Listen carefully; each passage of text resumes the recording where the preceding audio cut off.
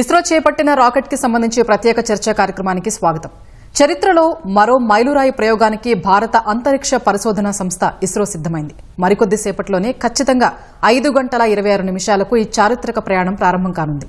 నిప్పులు చిమ్ముతూ నింగిలోకి దూసుకెళ్లబోతోంది ఇస్రో అత్యంత శక్తివంతమైన రాకెట్ లాంచ్ వెహికల్ మార్క్ 3. గతంలో GSLV MK3, ఇప్పుడు LVM-3. పేరేదైనా భారీ పేలోడ్లను అంతరిక్షంలోకి తీసుకెళ్లే శక్తికి నిదర్శనంగానే దీనిని ఇస్రో బాహుబలి అని కూడా పిలుస్తున్నారు. ఈసారి 4410 కిలోల బరువున్న CMS-03 అనే మల్టీ బ్యాండ్ కమ్యూనికేషన్ ఉపగ్రహాన్ని భూస్థిర కక్షలోకి ప్రవేశపెట్టనుంది రాకెట్. 4000 కిలోల కంటే ఎక్కువ బరువున్న ఉపగ్రహాన్ని మన గడ్డపై నుంచి, అది పూర్తిగా దేశీయంగా అభివృద్ధి చేసిన రాకెట్తో పంపడం ఇదే తొలిసారి. ఈ అడుగుతో అంతర్జాతీయ అంతరిక్ష పరిశ్రమలో పూర్తి స్వయం సమృద్ధి సాధించిన దేశంగా ఎదగబోతోంది. ఈ నేపథ్యంలో ISRO milestone machine LVM-3M5 CMS-03 పై మరిన్ని వివరాలు అందించేందుకు ముగ్గురు నిష్ణాతులు మనతో ఉన్నారు. చర్చలో పాల్గొంటున్నవారు డాక్టర్ వి శేషగిరిరావు గారు. వీరు ఇస్రోలో 39 ఏళ్లకు పైగా సేవలు అందించిన సీనియర్ సైంటిస్ట్. LVM-3 ప్రయోగం జరుగుతున్న శ్రీహరికోట సతీష్ ధావన్ స్పేస్ సెంటర్లో వివిధ హోదాల్లో సుదీర్ఘకాలం పాటు బాధ్యతలు కూడా నిర్వహించారు. ఇక మరొకరు డాక్టర్ గంజి వెంకటనారాయణ గారు. బాహుబలి రాకెట్ LVM-3 ప్రాజెక్టులో పాల్పంచుకోవడంతో పాటు ఇస్రోలో 35 ఏళ్లకు పైగా సేవలు అందించారు. రాకెట్ వ్యవస్థల రూపకల్పన, ఇంజనీరింగ్లో నిపుణులు. రైట్. ఇక మూడు నిష్ణాతులు డాక్టర్ మూర్తి రామిళ్ల గారు, ఇస్రో విశ్రాంత శాస్త్రవేత్త. మూర్తి గారు ఇస్రో వివిధ హోదాల్లో 30 ఏళ్లకు పైగా పనిచేశారు. అంతరిక్ష ప్రయోగాల, ఎలక్ట్రానిక్ సిగ్నలింగ్ ప్రాసెసింగ్, రాకెట్ నావిగేషన్లో నిపుణులు. రైట్. ముందుగా శేషగిరిరావు గారు మీతో మొదలు పెడదామండి. ఈ రోజు ఇస్రో అంతరిక్షంలోకి పంపిస్తున్న CMS-03 ఉపగ్రహం, దానిని మోసుకు వెళుతున్న LVM-3 రాకెట్ ప్రయోగం ప్రాధాన్యతలు ఏంటి? అందరికీ నమస్కారం అండి.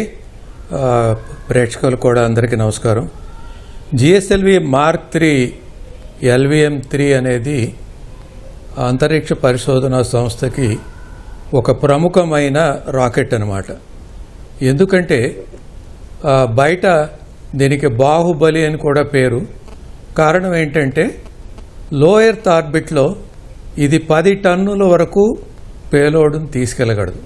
అందువలన దీనికి బాహుబలి అని పేరు.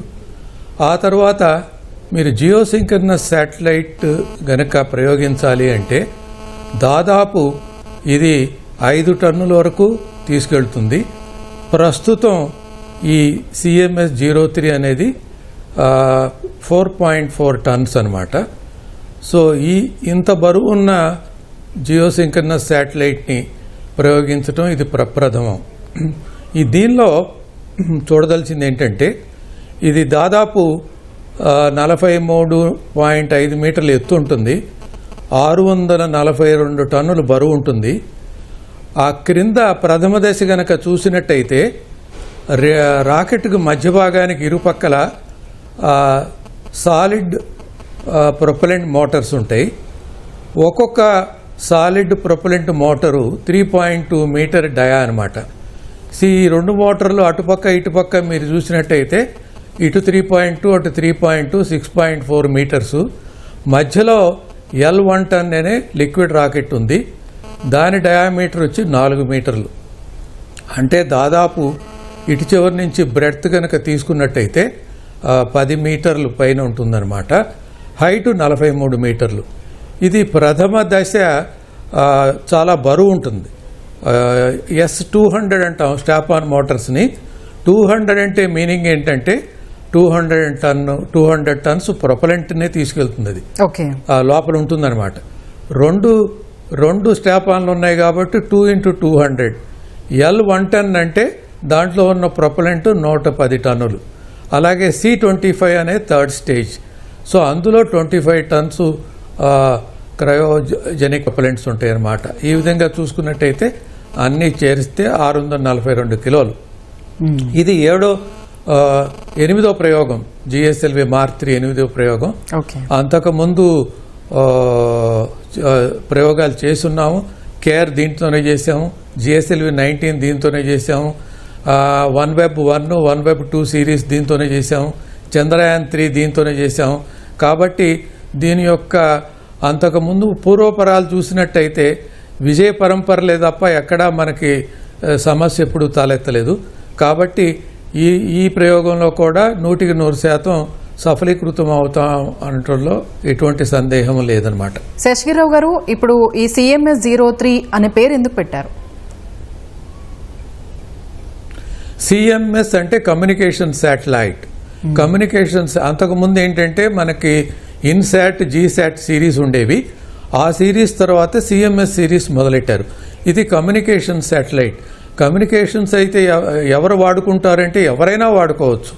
ఇది దేశ రక్షణ వ్యవస్థకు పనికొస్తుంది, దేశ సమాజానికి పనికొస్తుంది. ఆ తర్వాత ఎవరైనా వాడుకోవచ్చు. దీంట్లో అనేక ఫ్రీక్వెన్సీలకు సంబంధించిన ట్రాన్స్పాండర్స్ ఉంటాయి అన్నమాట. UHF ఉంది, C బ్యాండ్ ఉంది, S బ్యాండ్ ఉంది, KU బ్యాండ్ ఉంది. కాబట్టి 15 ట్రాన్స్పాండర్లు ఉన్నాయి. ఈ 15 ట్రాన్స్పాండర్లతో దేశంలో అనేక ప్రాంతాలని కనెక్ట్ చేయటమే కాకుండా ఇటు గల్ఫ్ దగ్గర నుంచి అటు చివర దాదాపు చైనా దాటి జపాన్ మొదల వరకు, ఇటు ఆస్ట్రేలియా దాకా, అటు పైన మరి భారతదేశం పైన జమ్మూ కాశ్మీర్ పైదాకా చూసినట్టయితే ఇది ఒక పెద్ద రెక్టాంగిల్. ఒక హాఫ్ ఆఫ్రికా కూడా కవర్ అవుతుంది.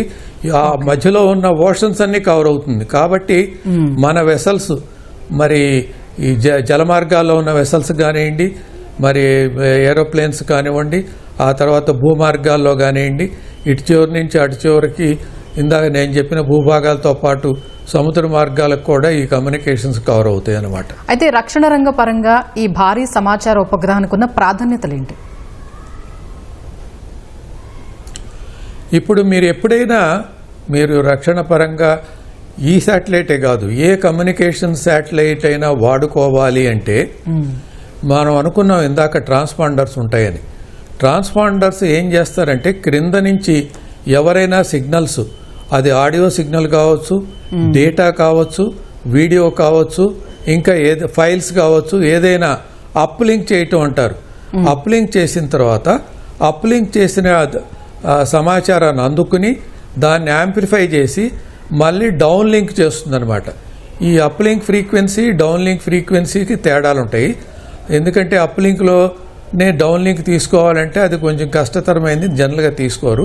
కాబట్టి అప్లింక్ చేసిన తర్వాత డౌన్ లింక్ చేసేటప్పుడు ఈ సమాచారాన్ని బయట వాళ్ళు ఎవరు గమనించకుండా, ఇంట్రూడర్ ఎవరు ఆ డేటాను పట్టుకోకుండా ఉండాలి అంటే దానికి ఎంక్రిప్షన్, డీక్రిప్షన్, ఆ తర్వాత ఇటువంటి డేటా సమాచారాన్ని ఎవరు అందుకోవడానికి వీలు లేనటువంటి క్రోడీకరణ చేసి ఈ అప్లింక్ చేస్తుంటారు.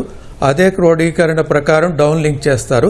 ఇలా అందుకోవటం వల్ల ఏంటంటే సమాచారాన్ని అందిపుచ్చుకోవటంలో గోప్యత, ఎవరికి కనపడకుండా, ఒకవేళ అందినా కూడా వాళ్ళు దాన్ని డెసిఫర్ చేయటానికి, అంటే దాన్ని అనాలిసిస్ చేసి దాంట్లో ఉన్న డేటాని తస్కరించడానికి వీలు లేకుండా ఉంటుంది. ఇలా పకడ్బందీగా చేసుకున్న వ్యవస్థ ఏ శాటిలైట్లు ఉపయోగించినా అది రక్షణ రంగానికి ఉపయోగపడుతుంది. ఓకే, వెంకటనారాయణ గారు, LVM-3 రాకెట్ ను ఇస్రో బాహుబలి అని ఎందుకు పిలుస్తారు? అంతగా దీని రూపకల్పనలో ఉన్న ప్రధాన ప్రత్యేకతలు ఏంటి? నమస్కారం అండి. సో ప్రేక్షకులందరికీ నమస్కారం అండ్ ఇస్రోకి ఆల్ ది బెస్ట్ చెప్తూ, ఎస్ ఇప్పుడు ఇంతకుముందు డాక్టర్ శేషగిరి గారు చెప్పినట్టు, సో దీన్ని మామూలుగా బాహుబలి రాకెట్ అని చాలా ముద్దుగా పిలుచుకుంటారు.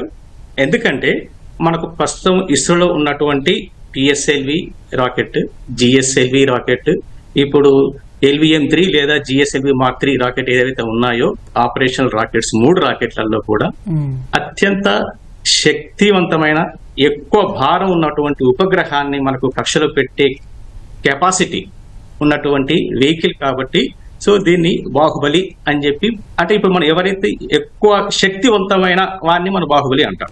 ఆ పరిగణలోకి తీసుకుంటే ఈ మనకున్నటువంటి 3 లాంచ్ వెహికల్స్ లో PSLV, GSLV అండ్ LVM-3 కనుక మనం కంపేర్ చేసుకుంటే ఇది చాలా శక్తివంతమైనది కాబట్టి బాహుబలి అని చెప్పి పిలుస్తారు. అండ్ సార్ ఫర్ ఎగ్జాంపుల్ ఇప్పుడు లో ఎర్త్ ఆర్బిట్స్, మామూలుగా మనకు యూస్ఫుల్ ఆపరేషనల్ ఆర్బిట్స్, లో ఎర్త్ ఆర్బిట్ అంటే 400 to 1000 కిలోమీటర్స్, లేదంటే జియో స్టేషనరీ 36,000 కిలోమీటర్స్. ఈ 2 మామూలుగా ఆర్బిట్స్. మనం ఈ రాకెట్లు మనం కంపేర్ చేసుకుంటే PSLV లో earth orbit so 2 tons, GSLV 4 tons, LVM-3 10 tons. అదే ఇప్పుడు మన శాటిలైట్స్ మన రాకెట్స్ అన్ని కూడా ఇస్రో ఉన్నటువంటి రాకెట్స్ అన్ని కూడా it is multi functional, multi purpose.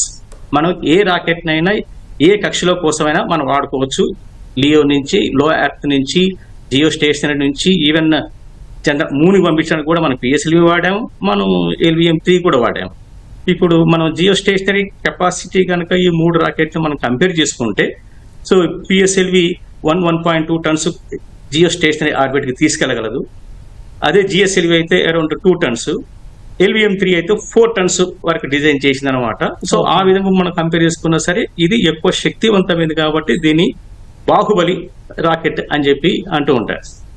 Okay మూర్తి గారు, CMS-03 ఉపగ్రహం బరువు దాదాపు 4,410 కిలోల బరువు అని చెప్తున్నారు. ఆ స్థాయి ఉపగ్రహాల ప్రయోగాల్లో స్వయం సమృద్ధి సాధించడం ఎందుకు అవసరం? మీకు నమస్కారం అండి. ప్రేక్షకులకి ఇస్రో వారికి ముందస్తు బెస్ట్ విషెస్. మన పెరుగుతున్న అవసరాల కొద్దీ ఉపగ్రహాల సంఖ్య పెరగాలి, అంటే ఉపగ్రహాల ప్రయోగాలు, రాకెట్ల సంఖ్య పెరగాలి. దీనికి ఇంకో మార్గం, సొల్యూషన్ ఏమిటి అంటే ఒకే ఉపగ్రహంలోనే ఎక్కువ బరువైన, ఎక్కువ రకాల పేలోడ్స్ని పెట్టి పంపించడం. దానివల్ల రోజు రోజుకి ఉపగ్రహాల భారం పెరుగుతోంది. దాని గురించి మనం PSLV నుంచి GSLVకి వెళ్ళాం. ఇంతకు ముందు చెప్పినట్లుగా GSLV నుంచి GSLV Mark 3 అని వెళ్ళాం. అంతకు ముందరి రోజుల్లో వేరే దేశాల మీద ఆధారపడవలసి వచ్చేది ఎక్కువ బరువు ఉన్నప్పుడు. ఈ రోజు ఇవాళ ప్రయోగిస్తున్నది ఇస్రో చరిత్రలో ఒక మైలురాయి, మొదటి మెట్టు మాత్రమే, 4.5 టన్నులు ఇంచుమించుగా. కానీ రాబోయే రోజుల్లో గగన్యాన్ కోసం 7.5-8 టన్నుల ప్రయోగాన్ని ఇస్రో చేపట్టవలసి ఉంది. దానికి మధ్యలో ఒక 2-3 నెలల కాలంలోనే అమెరికాకి చెందిన బ్లూబర్డ్ అనే శాటిలైట్, అది 6.5 టన్నులు, 6,500 కేజీల శాటిలైట్ ని ఇస్రో ప్రయోగించబోతోంది. అది ఒకనాడు మన పెరుగుదలని సహించలేకపోయినటువంటి అమెరికాకి చెందిన ఉపగ్రహం కావడం భారతీయులుగా గర్వకారణం కాగా, మన ప్రయాణంలో, మన గగనయాన్ వైపు ప్రస్థానంలో అది ఒక ముఖ్యమైన మైలురాయి కాబోతుంది. ఈ ప్రకారంగా మనం మన రాకెట్ల మీద మన శాటిలైట్లను ప్రయోగించడం అనేది పూర్తి స్థాయిలో వచ్చింది కనుక ఇక నుంచి మనకు స్వయం సమృద్ధితో పాటు ఆత్మనిర్భర్ భారత్ అన్న పద్ధతిలో మన ప్రయోగాలు మనమే మన నేల మీద నుంచే చేసుకోవడానికి వీలుగా ఉంది. శేషగిరావు గారు, CMS-03ని మల్టీ బ్యాండ్ కమ్యూనికేషన్ శాటిలైట్ అని అంటున్నారు. అంటే ఏంటి? ఇది సాధారణ కమ్యూనికేషన్ ఉపగ్రహాల కంటే ఎలా భిన్నంగా ఉంటుంది? ఇది ఎందుకు మల్టీ బ్యాండ్ అంటామంటే, ఒక బ్యాండ్ అంటే ఒక ఫ్రీక్వెన్సీ అని అనుకోవచ్చు మనం. ఇక్కడ దాదాపు అంతకుముందు జియోసింక్రనస్ శాటిలైట్ కమ్యూనికేషన్ వ్యవస్థలు కనుక చూసుకున్నట్లయితే ఎక్కువ C బ్యాండ్లోను S బ్యాండ్లోనూ ఉండేవి ఒకప్పుడు. కానీ రాను రాను మనకి డేటాని ఎక్కువ పరిమాణం తీసుకుని అందిపుచ్చుకున్న అవసరాలు ఉంటాయి కాబట్టి ప్రపంచవ్యాప్తంగా C బ్యాండ్ S బ్యాండే కాకుండా KU బ్యాండ్లో కూడా ఈ ప్రసారాలు పైకి అప్లింకింగ్, డౌన్ లింకింగ్ చేస్తూ ఉంటారనమాట. ఇవి 4,400 కేజీలు ఉంది కాబట్టి, ఉదాహరణకి ఒక ట్రాన్స్పాండర్ బరువు ఒక 100 కేజీలు ఉండేటైతే ఈ 100 కేజీలు ఉన్న ట్రాన్స్పాండర్లని ఒక 10 ట్రాన్స్పాండర్లు తీసుకుంటే 100 × 10 అదే 1000 కేజీలు అవుతుందన్నమాట. ఇప్పుడు ఈ కమ్యూనికేషన్ శాటిలైట్ బరువు 2,000 కేజీలు కనుక ఉండేటైతే ఏమవుతుందంటే మీకు బయట ఉన్నటువంటి మెటల్ మాస్ బరువు కానీ లేదా ప్రొపలెంట్ బరువు కానీ దాదాపు 60% వరకు తీసుకుంటుందన్నమాట. కానీ ఇప్పుడు C బ్యాండ్కి ఒక శాటిలైటు, S బ్యాండ్కి ఒక శాటిలైటు, KU బ్యాండ్కి ఒక శాటిలైటు పెట్టుకుంటే 3 లాంచ్ చేయాలి. మూడింటిని అక్కడ జియోసింక్రనస్ శాటిలైట్ని పెట్టాలి అంటే లొకేషన్ అని ఉంటుంది. ఆ లొకేషన్స్ ఎక్కడ పడితే అక్కడ పెట్టకూడదనమాట. ఇంటర్నేషనల్ టెలికమ్యూనికేషన్ యూనియన్ ప్రపంచవ్యాప్తంగా ప్రతి దేశానికి ఈ లొకేషన్లోనే పెట్టుకోవాలి అన్నట్టుగా ఒక పద్ధతి ప్రకారం వాళ్ళు నిర్ణయం తీసుకుని అలాట్ చేస్తుంటారు. ఇప్పుడు ఈ CMS-3 శాటిలైట్కు మనకు 74 డిగ్రీ లాంగిట్యూడినల్ ఈస్ట్లో పెడతారు. పెట్టడమే కాదు, మనం ఇందాక అనుకున్నట్టుగా ఒక్కొక్క బ్యాండ్కి ఒక్కొక్క శాటిలైట్ పెట్టాలంటే లాంచింగు, ఆ తర్వాత మనకి అక్కడ కక్షలో పెట్టడానికి లొకేషన్లు కావాలి. అలా కాకుండా అన్ని bands, C band, S band, UHF band, Ku band అన్నీ ఒకే శాటిలైట్లో పెట్టడం వలన దీనికి మల్టీ బ్యాండ్ అంటారనమాట. ఈ మల్టీ బ్యాండు మళ్ళీ చాలామంది అనుకుంటారు ఒక బ్యాండ్ ఆపరేట్ చేస్తే మిగతా బ్యాండ్స్ అన్ని స్విచ్ ఆఫ్ చేయాలని అవసరం లేదు. ఈ మల్టీ బ్యాండ్స్ సైమల్టేనియస్గా మీరు స్విచ్ ఆన్ చేసి అన్ని బ్యాండ్స్లోనూ మీరు పని చేసుకోవచ్చు అనమాట.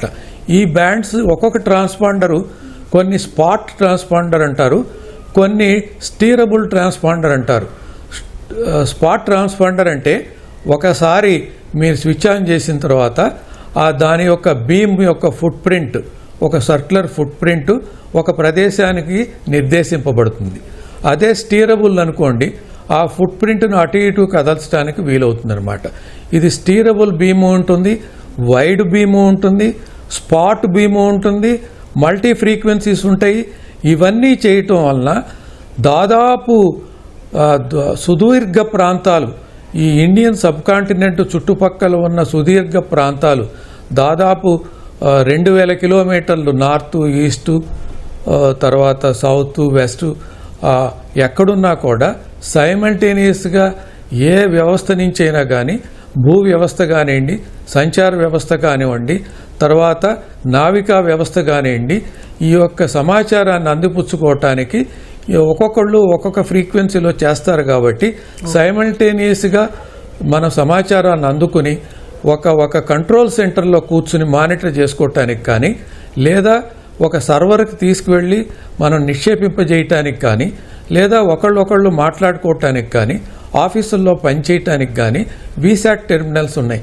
వాటి ద్వారా వీటి యొక్క అప్లింకింగ్, డౌన్ లింకింగ్ చేస్తూ మనం సమాచారాన్ని అందుకోవచ్చు అనమాట.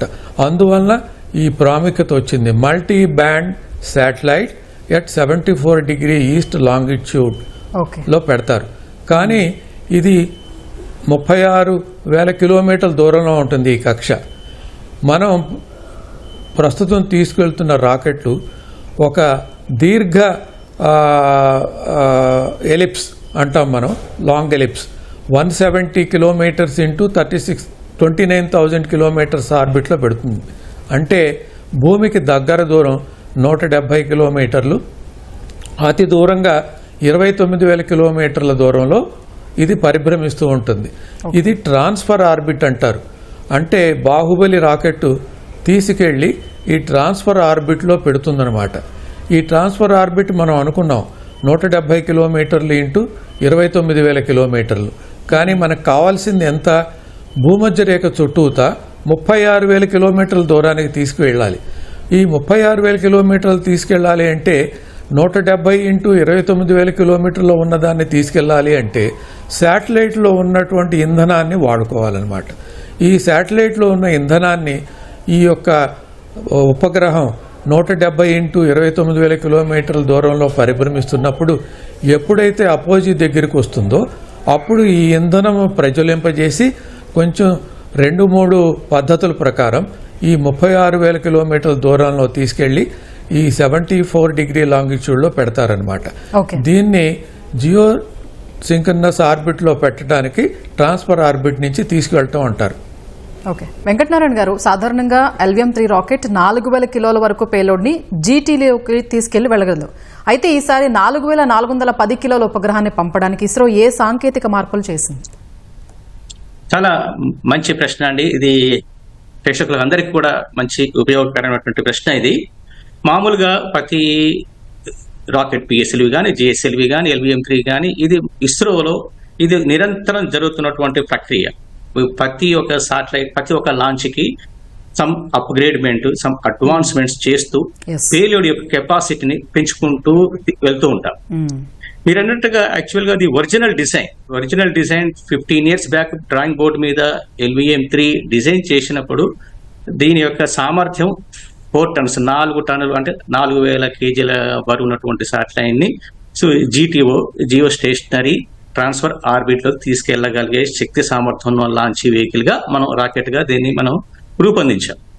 ఇప్పుడు మనం ఏం చేస్తున్నాం అంటే దీన్ని ప్రతి లాంచ్ ఇది 8వ లాంచ్ ఇది ఫర్ ది LVM-3కి. ఇది 7 సక్సెస్ఫుల్ గా మనం చేశాము, ఇంక్లూడింగ్ చంద్రయాన్-3. ఇప్పుడు చంద్రయాన్-2 కూడా LVM-3 అనే మనం వాడాము. మనం చూసుకుంటూ ఉంటే ఇప్పుడు ఈ ముఖ్యంగా ఈ రోజు ఈ 4,400 kgs అడిషనల్ బోనస్ మనం ఎక్కువ అని చెప్పి ఒరిజినల్ డిజైన్ కంటే మాట్లాడుతున్నాము.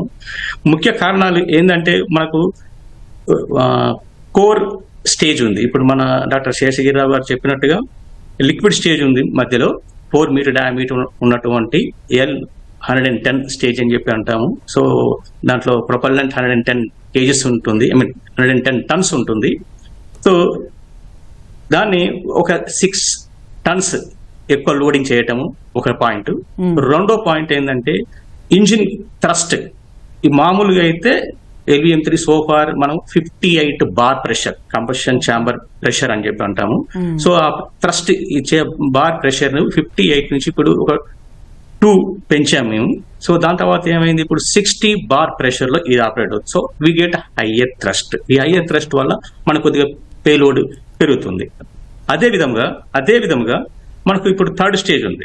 ఇప్పుడు C25 అంటే cryogenic, C for cryogenic 25 tons propellant. When we say propellant అన్నప్పుడు మామూలుగా ఈ రాకెట్ సంస్థలలో మనం ఇంధనము and oxidiser, so fuel and oxidiser కలిపి మాట్లాడుతున్నాం. ఎందుకంటే మన రాకెట్లు మనం స్పేస్ లోకి పంపిస్తున్నాం. అబౌవ్ 100 కిలోమీటర్స్ ఈ స్పేస్ ఏరియా, అక్కడ మనకు ఆక్సిజన్ కానీ అట్మాస్ఫియర్ కానీ ఉండదు. సో మనం కంబషన్ కోసం ఆక్సిజన్ అవసరం కాబట్టి ఆక్సిజన్ మనం వెంట తీసుకెళ్లాలి. సో ఈ when we say propellant it is fuel and oxidiser. ఈ C25 టన్స్ బదులు కూడా ఇప్పుడు మనకు ఆల్మోస్ట్ 29 టన్స్, అక్కడ కూడా ఒక 4 టన్స్ 3.6 టన్స్ ప్రొపల్లెంట్ అడిషనల్ గా మనం లోడ్ చేసి ఎక్కువ డ్యూరేషన్, ఎక్కువ టైం మనం ఈ స్టేజ్ 3ని కూడా మనం బర్న్ చేయడానికి వీలుగా ఉంటుంది. సో ఈ విధంగా అటువంటి ప్లస్ ఇంకోటి ఏమిటంటే మనం డిఫరెంట్ కాంపోనెంట్స్ కూడా మనం light materials, light alloys, composites and దాని తర్వాత మనకి ఈ కాంపోనెంట్స్, కంట్రోల్ కాంపోనెంట్స్ కూడా ఇప్పుడు హైడ్రాలిక్స్ నుంచి ఎలక్ట్రికల్ ఇటువంటి చేంజెస్ కూడా మేము ప్రతిసారి చేస్తూ ఉంటాం. ఈ ఇంప్రూవ్మెంట్స్ వల్ల కూడా మనకి ఈచ్ అండ్ ఎవ్రీ ఇంప్రూవ్మెంట్ కి మనకు శాటిలైట్ యొక్క పేలోడ్ యొక్క కెపాసిటీ, సామర్థ్యం పెంచుతూ ఉంటుంది. ముఖ్యంగా ఈ రోజు పంపిస్తున్నటువంటి ఈ రాకెట్ లో ఈ కారణాల వల్ల మనకు ఆ 400 kg దొరికింది ఒకటి. ప్లస్ ఒక ఇంపార్టెంట్ పాయింట్ సిన్స్ శేషగిరిరావు గారు యాడ్ చేశారు కాబట్టి, సో ఇన్ జనరల్ GTO అనేది 170/36,000 కిలోమీటర్స్ తీసుకెళ్తారు. సో ఇప్పుడు ఏంటంటే ఆల్మోస్ట్ 30,000 కిలోమీటర్ తీసుకెళ్తున్నాం. సో అక్కడ దాని వల్ల కూడా మనకు పేలోడ్ గెయిన్ వచ్చింది. మనకు ఆ 4,000 కి పైన వచ్చినటువంటి గెయిన్ లో అది కూడా ఒక ఇంపార్టెంట్ ఫ్యాక్టర్. అండ్ ఆ 30,000 నుంచి 36,000 కి ప్లస్ 170 కూడా సర్క్యులర్ గా మొత్తం 36 చేయడానికి ఈ పేలోడ్ మన సాటిలైట్ లో ఉన్నటువంటి ఇంధనాన్ని ప్రొపల్లెంట్ వాడతాము. సో టోటల్ గా మనం 36,000 circular orbit on the equator at the longitude of 74 facing on the India map. ఎప్పుడు అది మన ఇండియాని చూస్తూ ఉంటుంది. అండ్ సరౌండింగ్ 1,500-2,000 కిలోమీటర్స్ కూడా. So these are the major modifications వల్ల మనకు ఈ పేలోడ్ మనకు గెయిన్ వచ్చిందండి. Okay, right. మూర్తి గారు, భారీ ఉపగ్రహాలు పంపడానికి ఏరియన్ స్పేస్ ఎక్స్ వంటి విదేశీ లాంచర్లపై ఎందుకు ఆధారపడాల్సి వచ్చేది? LVM-3 రాకెట్ తో ఆ అవసరం తీరినట్టేనా? తీరినట్లే అనుకోవచ్చండి. ఇవాళ మీరు అందరూ కూడా మనందరం కూడా దీన్ని బాహుబలి అంటున్నాం కదా. ఇది ఒక చిన్న పిల్లవాడు పెరిగి పెరిగి పెద్దవాడు అయ్యి బాహుబలి అయినట్టుగానే మనం ప్రాథమిక దశలో 50, 60, 70 kgల రాకెట్ శాటిలైట్ ని పంపించడానికి ఒక SLV, ఆ తర్వాత పెంచింది ASLV, ఆ తర్వాత PSLV, ఆ తర్వాత GSLV చేస్తూ వచ్చాం. సో అంటే ఒక్కొక్క స్థాయిలో ఈ రాకెట్ సామర్థ్యం పెరిగి ఎక్కువ బరువైన ఉపగ్రహాన్ని తీసుకెళ్లే సామర్థ్యతని మనం భారతదేశంగా పొందాం. కానీ ఎప్పటికప్పుడు మన సామర్థ్యానికి మించిన పెద్ద శాటిలైట్లు కూడా లాంచ్ చేయవలసిన అవసరం వచ్చినప్పుడు ఇది వరకు చాలా సార్లు ఏరియన్ స్పేస్ నుంచి 2 టన్నుల కంటే ఎక్కువ బరువున్న ఉపగ్రహాలన్నిటికీ ఏరియన్ స్పేస్ వాడారు. నాకు తెలుసుండి ఒక్కసారి అనుకుంటా మొన్న ఈ మధ్యనే స్పేస్ ఎక్స్ నుంచి ఒక లాంచ్ జరిగింది. అది కూడా నాకు తెలిసినంతలో చివరి out side of India, foreign country launch అవుతుంది. ఇప్పుడు మన సామర్థ్యమే ఇప్పుడే చెప్పినట్టుగా ఆల్రెడీ 4000 టన్నులకు వచ్చింది, ఇప్పుడు 4400కు వస్తుంది, త్వరలో 6500 అవుతుంది. అండ్ గగన్యాన్ వచ్చే సమయానికి 7.5-8 టన్నుల స్థాయికి మనం పెరుగుతాం. అందువల్ల ఇక మీదట మనం బయట దేశాల మీద ఆధారపడవలసిన అవసరం ఉండదు. అది మన అవసరాలకి ఉపయోగపడడం మాత్రమే కాకుండా వేరే వాళ్ళ ఉపగ్రహాలని మనం ప్రయోగించడానికి కూడా, ఇప్పుడు చెప్పానే బ్లూ బర్డ్ శాటిలైట్ అని 6.5 టన్నుల ఉపగ్రహం మనం కమర్షియల్ బేసిస్ లో అమెరికా శాటిలైట్ ని లాంచ్ చేయబోతున్నాం 2-3 నెలల్లో. సో అలాగే ఇది కొంచెం బాగా ఇప్పుడు 8 అయ్యాయి. ఎక్కువ పరీక్షలు అయిన కొద్దీ ఎక్కువ రిలయబిలిటీ వస్తుంది. ఎక్కువ రిలయబిలిటీ వచ్చిన కొద్దీ ఎక్కువ మంది కస్టమర్స్ మన దగ్గరికి రావడానికి ఉత్సాహం చూపిస్తారు. మనం ఎంతలా చూసినా కూడా స్పేస్ ఎక్స్ వచ్చిన తర్వాత ఏరియన్ స్పేస్ కంటే చాలా తక్కువ అయ్యే లాంచ్ కాస్ట్లు అయినా కూడా వాళ్ళకంటే కూడా మనం తక్కువ స్థాయిలో తక్కువ రేట్లో ఇవ్వగలం. అందువల్ల దీని ద్వారా ఇది మన స్వయం సమృద్ధి స్వావలంబన మాత్రమే కాకుండా అంతర్జాతీయ రాకెట్ మార్కెట్ లో మనం మన వాటాని పెంచుకోవడానికి తక్కువ రేట్లో, తక్కువ కాంట్రాక్ట్ వాల్యూలో ఎక్కువ ఉపగ్రహాలని ఇతర దేశాలని ప్రయోగించడానికి కూడా ఉపయోగపడుతుంది. అంటే ఇప్పుడు ఆర్థికంగా కూడా ఇది ఎంత ప్రయోజనకరం అండి?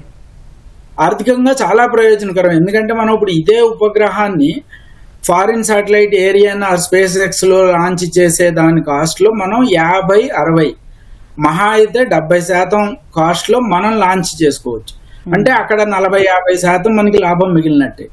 అది మనకి ప్రత్యక్షంగా కనపడే ఉపయోగం. రాను ఈ పరీక్షలు విజయవంతం అయిన తర్వాత వేరే ఉపగ్రహాలు వచ్చినప్పుడు అది మనకి కమర్షియల్ కాంట్రాక్ట్స్ అవుతాయి. సో వాళ్ళ దగ్గర నుంచి మనకి రాబడి కూడా ఉంటుంది.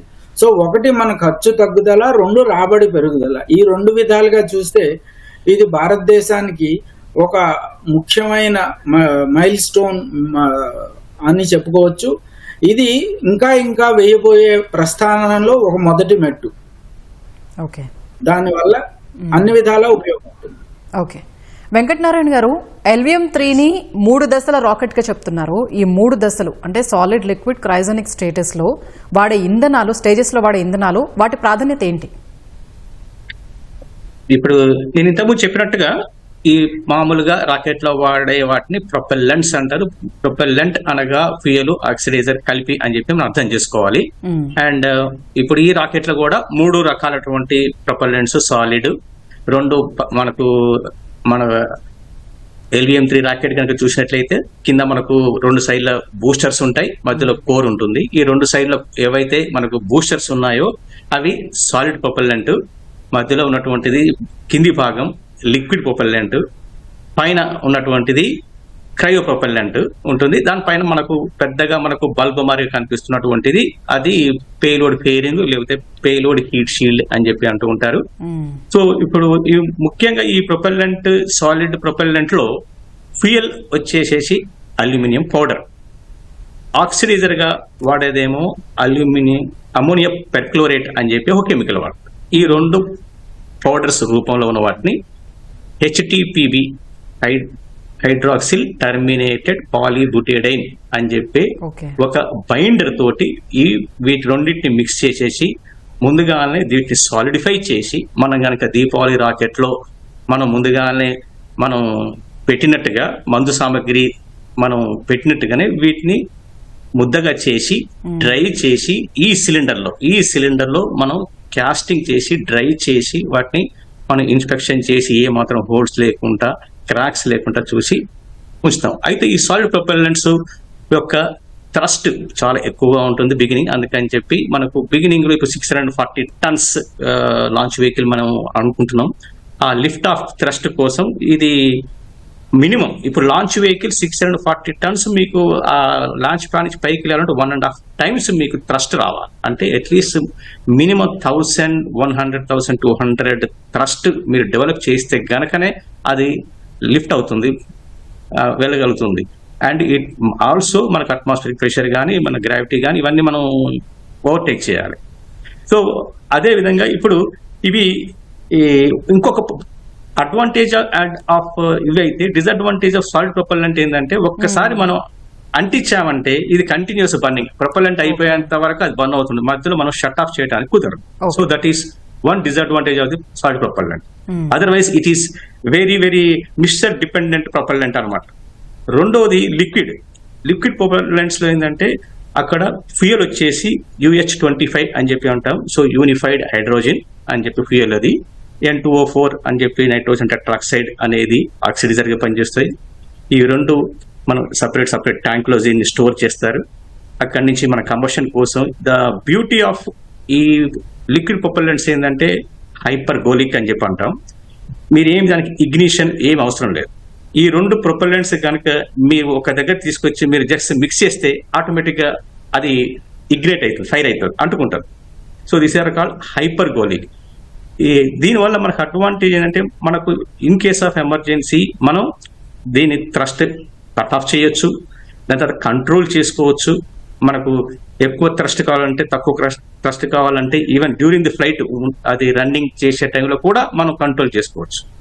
అండ్ సాలిడ్ ప్రొపల్లెంట్ కి లిక్విడ్ ప్రొపల్లెంట్ డ్యూరేషన్, ఇప్పుడు any solid propellant whether it is 100 ton solid propellant కానీ 200 కానీ 300 ఆఫ్ ఏరియన్ కానీ 300 క్లాస్ ఆఫ్ స్పేస్ షటిల్ కానీ ఏదైనా సరే a maximum duration of approximate 2 minutes ఉంటుంది. ఓకే. సో లిక్విడ్ అండ్ క్రయోకి డ్యూరేషన్స్ ఎక్కువగా ఉంటాయి అండ్ కంట్రోలబిలిటీ ఉంటుంది. అఫ్ కోర్స్ మీకు సైన్స్ అండ్ టెక్నాలజీ వాటి యొక్క డెవలప్మెంట్ కి అండ్ కంట్రోలింగ్ కాంప్లెక్సిటీస్ ఎక్కువగా ఉంటాయి. ఇప్పుడు క్రయోకి వచ్చిన తర్వాత అక్కడ ఫ్యూయల్ వచ్చేసి లిక్విడ్ హైడ్రోజన్.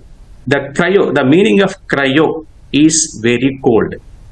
ఎనీ టెంపరేచర్ -100 అంతకంటే తక్కువ ఉన్నటువంటి ఎనీ పరిస్థితిని క్రయో టెంపరేచర్స్ అయితే క్రయో టెక్నాలజీ అంటారు.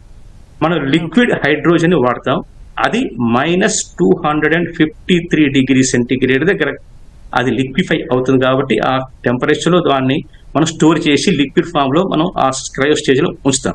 అదే విధంగా ఆక్సిజన్ లిక్విఫై చేసేసి -183 degrees సెంటిగ్రేడ్ దగ్గర అది లిక్విఫై అవుతుంది, అక్కడ స్టోర్ చేస్తాం.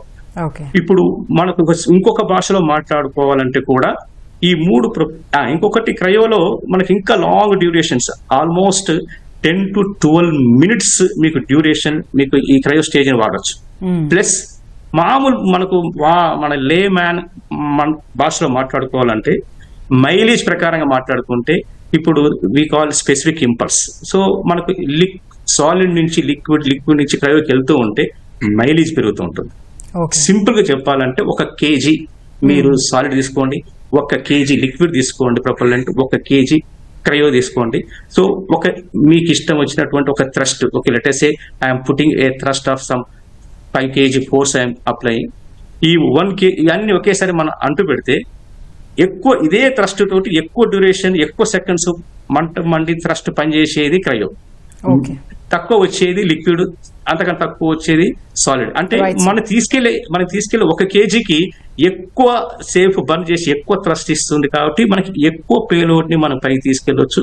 So for any GTO any geo stationary cryo technology cryo propellants are very very very important. And also any time you can cut off correct గా మన injection velocity మన injection యొక్క orbit height వచ్చినప్పుడు మనం అక్కడ cut off చేసి మనం control చేసుకోవచ్చు. రైట్. శేషగిరిరావు గారు, LVM-3 రాకెట్ ఇప్పటి వరకు నిర్వహించిన 7 మిషన్లలో కూడా 100% విజయవంతమైంది. అంతరిక్ష ప్రయోగాల విషయంలో అది మన నమ్మకాన్ని ఎలా పెంచుతూ వచ్చింది?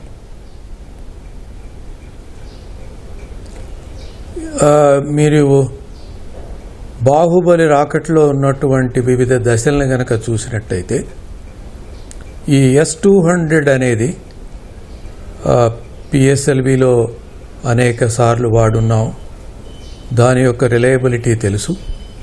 అలాగే L-110 మోటార్ను కూడా చాలాసార్లు వాడున్నాం, దాని రిలయబిలిటీ తెలుసు. ఈ క్రయోజెనిక్ రాకెట్ మోటార్ను కూడా Mark 2లో వాడున్నాం, దాని రిలయబిలిటీ తెలుసు.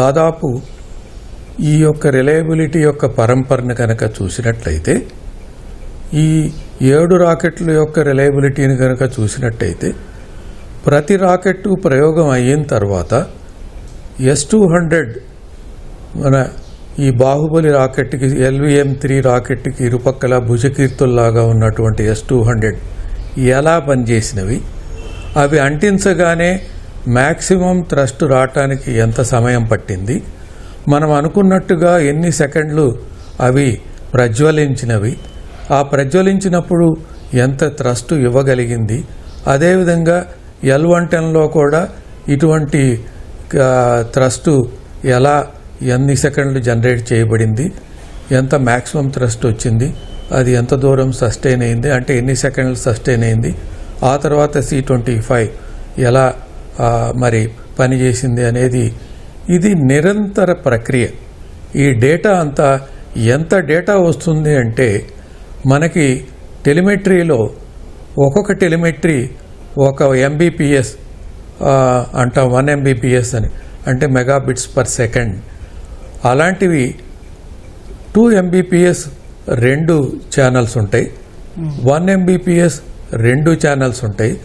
ఈ విధంగా చూసినట్టయితే ప్రతి సెకండ్కి 6 MBPS డేటా వస్తుంది. ఈ ప్రయోగంలో ఈ యొక్క ద్రవ ఇంధనాలు, మరి ఘన ఇంధనాలు, క్రయోజనిక్ ఇంధనాలు ఎలా పనిచేసినవే కాకుండా ఎలక్ట్రానిక్స్ ఎలా పనిచేసింది, నావిగేషన్ గైడెన్స్ కంట్రోల్ ఎలా పనిచేసింది, ఈ కంట్రోల్ చేసేటప్పుడు ఏమైనా చిన్న చిన్న కంట్రోలుకు సంబంధించిన ఇంప్రూవ్మెంట్స్ కావాలా లేదా మనం అనుకున్నట్టుగా పనిచేసినాయి అనేది నిరంతర ప్రక్రియ. మనం 7 రాకెట్లు ప్రయోగించి చూసామనుకున్నాం కదా, ఈ 7 రాకెట్లు LVM-3లో ఈ డేటా అంతా క్షుణ్ణంగా పరిశీలించి దాని యొక్క కంక్లూషన్ని దీని యొక్క మనం ప్రయోగించబోయే LVM-3 M5లో వాడతారనమాట. అంటే ఆన్బోర్డ్ ప్రోగ్రామింగ్లో చిన్న కరెక్షన్లు చేయాల్సి వచ్చినా లేదా కక్ష సాధించటంలో ట్రాజెక్టరీని కొంచెం మార్చుకోవాల్సి వచ్చినా ఇవన్నీ చేస్తారనమాట. సో ఈ పరంపర ప్రత్యేకంగా ఈ రాకెట్ మోటార్స్ తర్వాత లాంచ్ వెహికల్స్ జరుగుతూనే ఉంటుంది. కాబట్టి ఈ విజయం సాధించడం అతి తేలికగా సాధించవచ్చు పరంపరను బట్టి అని మనం అనుకోవచ్చు అనమాట. ఇది ముఖ్యంగా చూసినట్టయితే ముందు S-200ని ప్రజ్వలింపజేస్తారు. చేసిన తర్వాత ఒక 106 సెకండ్ల తర్వాత మధ్యలో ఉన్నటువంటి L-110 మోటార్ని ప్రజ్వలింపజేస్తారు. ఆ తరువాత ఏమవుతుందంటే ఈ పక్కనున్నటువంటి S-200 మోటార్సు ఆ ఇంధనం కాస్త దాదాపు 130 సెకండ్లు వచ్చేసరికి అయిపోతుంది. ఇంధనం అయిపోయిన తర్వాత ఆ 2 పక్కల ఉన్నాయి ఎంటీ బ్యారల్స్ కాబట్టి వాటిని వదిలేస్తుంది. అది S-200 సపరేషన్స్ అంటాం. ఆ తర్వాత పైన ఉన్నటువంటి ఉష్ణ కవచం ఉంటుంది. ఆ ఉష్ణ కవచం మన యొక్క ఈ భూ వాతావరణం దాటిన తర్వాత ఉష్ణ కవచంతో పని లేదు. సో భూ వాతావరణం దాటినాక కూడా ఉష్ణ కవచం ఉందంటే మన డెడ్ వెయిట్ మోసుకుపోతున్నట్టే. అందువలన భూ వాతావరణం దాటినాక ఉష్ణ కవచాన్ని వదిలేస్తారనమాట. ఆ ఉష్ణ కవచం వదిలేసే దాదాపు 110 కిలోమీటర్ల ఎత్తులో వదిలేస్తారు. ఆ తర్వాత L-110 ఇంధనం మండుతూ ఉంటుంది కదా, ప్రజ్వలింపజేస్తాం అనేది, అది దాదాపు 300 సెకండ్ల దాకా జరుగుతూ ఉంటుంది. ఆ 300 సెకండ్లు అయ్యేసరికి దాంట్లో ఉన్న ఇంధనం అయిపోతుంది. అవ్వంగానే ఆ L-110 మోటార్ని వదిలేస్తారు. దాదాపు అప్పుడు 166 కిలోమీటర్ల ఎత్తులో ఉంటుంది. దాదాపు సెకండ్కి 4 కిలోమీటర్లు పర్ సెకండ్ వేగం ఉంటుంది. ఆ తర్వాత క్రయోజెనిక్ మోటార్ C-25ని ప్రజ్వలింపజేస్తారు. అది 307 సెకండ్ల దగ్గర నుంచి దాదాపు 950 సెకండ్ల దాకా ప్రజ్వలిస్తుందన్నమాట. అప్పుడు 4 కిలోమీటర్ల పర్ సెకండ్ ఉన్న వెలాసిటీ దాదాపు 10 కిలోమీటర్ల దాకా వెళుతుందన్నమాట. ఈ ఆల్టిట్యూడ్ కూడా 170 కిలోమీటర్లో ఉంటుంది. అక్కడ 170 కిలోమీటర్లు వచ్చి తర్వాత ఈ యొక్క పరిధి 170 × 29,000 కిలోమీటర్లు అనుకున్నప్పుడు తర్వాత వెలాసిటీ 10 కిలోమీటర్లు పర్ సెకండ్ 10.1 కిలోమీటర్లు పర్ సెకండ్ అయినప్పుడు ఈ శాటిలైట్ని అక్కడ కక్షలో విడిచిపెట్టడం జరుగుతుందన్నమాట. ఇది కూడా భూమి మీద మనం టెస్ట్ చేసుకుంటాం. రాకెట్ని మండించకపోయినా కూడా ఆన్బోర్డ్లో ఉన్న సాఫ్ట్వేర్ని ఒకదాని తర్వాత సిమ్యులేటెడ్ మోడ్లో చెక్ చేస్తూ ఇవన్నీ అనుకున్నట్టుగా జరుగుతున్నాయా లేవా అని పరీక్షించిన తరువాతే ఈ రాకెట్ యొక్క ప్రయోగానికి సన్నద్ధం అవుతారు. కాబట్టి ఇంత చరిత్ర ఉంది కాబట్టి ఇది తప్పనిసరిగా ఘన విజయం సాధిస్తుంది. Okay, right. మూర్తి గారు, ఈ ప్రయోగం ద్వారా CMS-03 ఉపగ్రహాన్ని పంపుతున్న భూస్థిర కక్ష్య ప్రత్యేకత ఏంటి? ఈ ఉపగ్రహం భూమి నుంచి ఎంత దూరంలో ఉంటుంది? ఈ ఉపగ్రహం ఇదనే కాదు, ఏ కమ్యూనికేషన్ శాటిలైట్ అయినా జనరల్ గా భూమి నుంచి 36,000 కిలోమీటర్లు, ఖచ్చితంగా చెప్పాలంటే 35,786 కిలోమీటర్ల దూరంలో వృత్తాకార కక్షలో ఉంటుంది. కానీ ఈ ఉపగ్రహం ఇవాళ ప్రయోగం ద్వారా వెళ్లేది ఇంతకు ముందు మన సహచరులు చెప్పినట్టుగా 179,29,000 అండాకార కక్ష, అంటే ఎలిప్టికల్ ఆర్బిట్ లో ఉంటుంది. దాన్ని ఆన్ బోర్డ్ లో ఉన్న థ్రస్టర్స్ ని మళ్ళీ ప్రయోగిస్తూ దాని కక్షని పెంచుకుంటూ వెళ్లి చివరికి 36,000 by 36,000 అంటే పూర్తిగా ఒక 36,000 సర్క్యులర్ ఆర్బిట్ లో తిరిగేలాగా చేస్తారు. అంటే అది మనం ఉదాహరణ చెప్పుకోవాలంటే అర్జునుడు చేసిన మత్స్య యంత్రం లాగా, ఆ పైన మత్స్య యంత్రం ఇలా రౌండ్ గా తిరుగుతుంటుంది, మన మీదే ఉన్నట్టు ఉంటుంది. అలాగా ఆ స్థాయికి వెళ్ళేటప్పటికి ఏమవుతుందంటే ఉపగ్రహం యొక్క కక్ష వేగం ఆ అక్షాంశం వద్ద భూమి యొక్క భ్రమణ వేగానికి సరిపోతుంది. అంటే సామాన్యమైన భాషలో చెప్పాలంటే ఇంచుమించు భూమి ఉపగ్రహము కూడా ఒకే దిశలో ఒకే వేగంతో తిరుగుతున్నట్లుగా అనిపిస్తుంది. అందువల్ల మన మీద ఎప్పుడూ ఆ ఉపగ్రహం ఉన్నట్టే ఉంటుంది. ఎప్పుడు మన తల మీద ఆ ఉపగ్రహం ఉండడంతో, మన తల అంటే మన భారతదేశం, ఈ ఉపగ్రహంలో అయితే చుట్టుపక్కల ప్రాంతాల నుంచి మనం అప్ లింకింగ్ డౌన్ లింకింగ్ చేసుకోవడానికి అది ఎప్పుడూ మనకి అందుబాటులో ఉన్నట్టుగా అవుతుంది. ఇందులో ఉన్న ముఖ్యమైన లాభం ఏంటంటే ఈ శాటిలైట్ లో మన భారతదేశం ఒక్కటే కాకుండా చుట్టూరా మన చుట్టుపక్కల ఉన్నటువంటి చెప్పండి మూర్తి గారు, చెప్పండి. రైట్. శేషగిరిరావు గారు, LVM-3 రాకెట్ కు భారతదేశ ప్రతిష్టాత్మక మానవ సహిత అంతరిక్ష యాత్ర గగన్యాన్కి మధ్య ఉన్న సంబంధం ఏంటి? ఈ ప్రయోగం గగన్యాన్కు ఎలా ఉపయోగపడుతుంది? ఈ ప్రయోగం గగనయానికి ఎలా ఉపయోగపడుతుంది అంటే, మన యొక్క LVM-3లో ఉన్నటువంటి రాకెట్లు S-200, S-110, C-25 దివ్యంగా పనిచేసినాయి అంటే ఆ అన్ని మోటార్లు గగనయాన్ కూడా వాడుకోవచ్చని చెప్పవచ్చు. అది ప్రథమంది. కానీ దీంట్లో ఒక చిన్న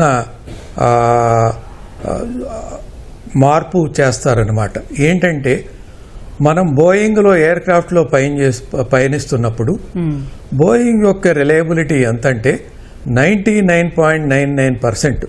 అంటే ఒక మానవుడు భూమి మీద ఉన్నప్పుడు అతని యొక్క ప్రమాదం న్యాచురల్గా ఉన్న ప్రమాదాలు ఏంటండి? భూమి మీద ఉన్నప్పుడు ఏదో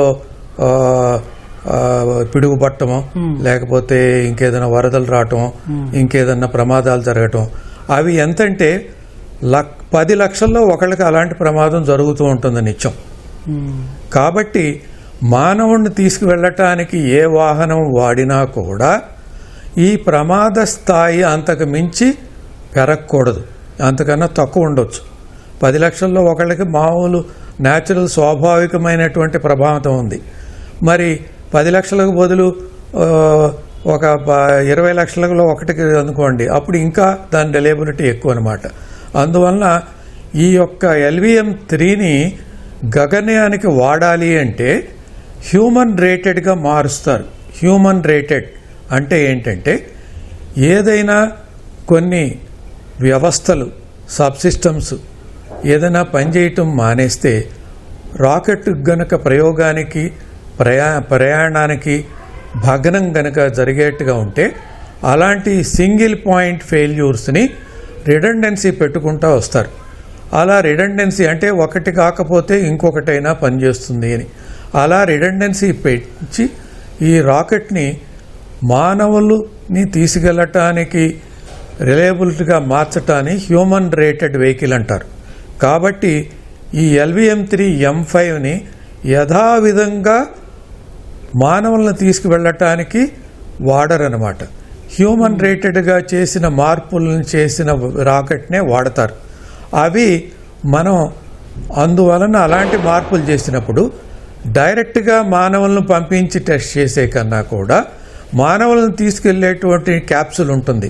అంటే వాళ్ళు ప్రయాణం చేసేటువంటి ఒక బాక్స్ ఉంటుందన్నమాట, ఛాంబర్. ఆ ఛాంబర్ని మానవరహితంగా ముందు ప్రయోగిస్తారు.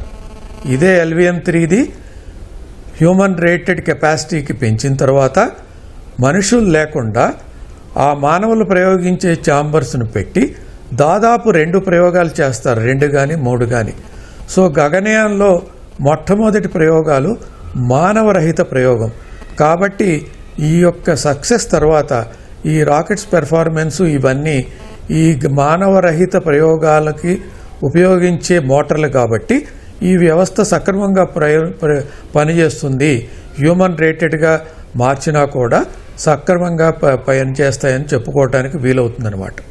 ఓకే. అంతేకాదు ఈ గగనయానికి ఈ బాహుబలి రాకెట్కు పైన మీకు తెలుసు ఏంటంటే ఎయిర్ ఫోర్స్లో ఎవరైనా ఎయిర్ క్రాఫ్ట్లో మరి దాన్ని టేకాఫ్ తీసుకుని వాళ్ళు నిర్వర్తించే పనుల్లో టేకాఫ్ అయిన తర్వాత ఎటువంటి ప్రమాదాలు ఉన్నా కూడా ఏం చేస్తారంటే ముందు ఆ పైలట్ పారాచూట్ ద్వారా ఇజెక్ట్ అయిపోతాడు, ఏది ఏరోప్లేన్ గనక ప్రమాదం ఉంటే.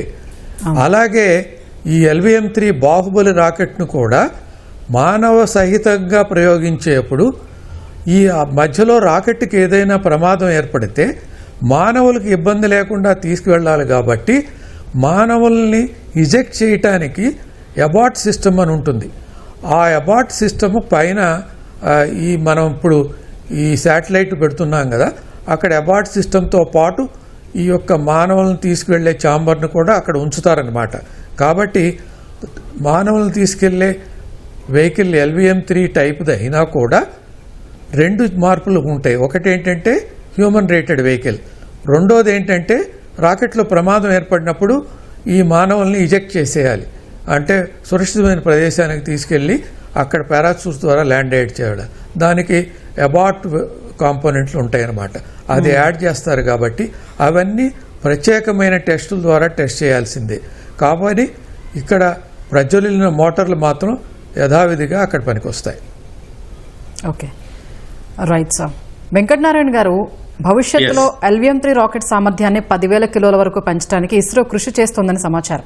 అది సాకారం అయితే భవిష్యత్తులో ఎలాంటి మిషన్లను చేపట్టవచ్చు? ఎస్, ఇప్పుడు మన మాట్లాడుకున్నట్టుగా ఈ రోజు ఉన్నటువంటి బాహుబలి యొక్క రాకెట్ కెపాసిటీ ఈ రోజు 4,000 నుంచి 4,400 kgs. దాని తర్వాత ఇంకా ముందు ఇంకా కొన్ని మోడిఫికేషన్స్ మనం మధ్యలో కోర్ స్టేజ్ అని చెప్పి మాట్లాడుతున్నటువంటి L-110 లిక్విడ్ స్టేజ్ మనం తీసేసి దాని బదులు కనుక మనం సెమీ క్రయో ఇంజిన్ కనుక మనం పెట్టేట్లయితే మనం ఒక పేలోడ్ గెయిన్ అవుతాం. అదే విధముగా C-25 అనే 25 టన్స్ ప్రొపల్లెంట్ బదులు 32 టన్స్ మనం ప్రొపల్లెంట్ లోడ్ చేస్తే ఎక్కువ డ్యూరేషన్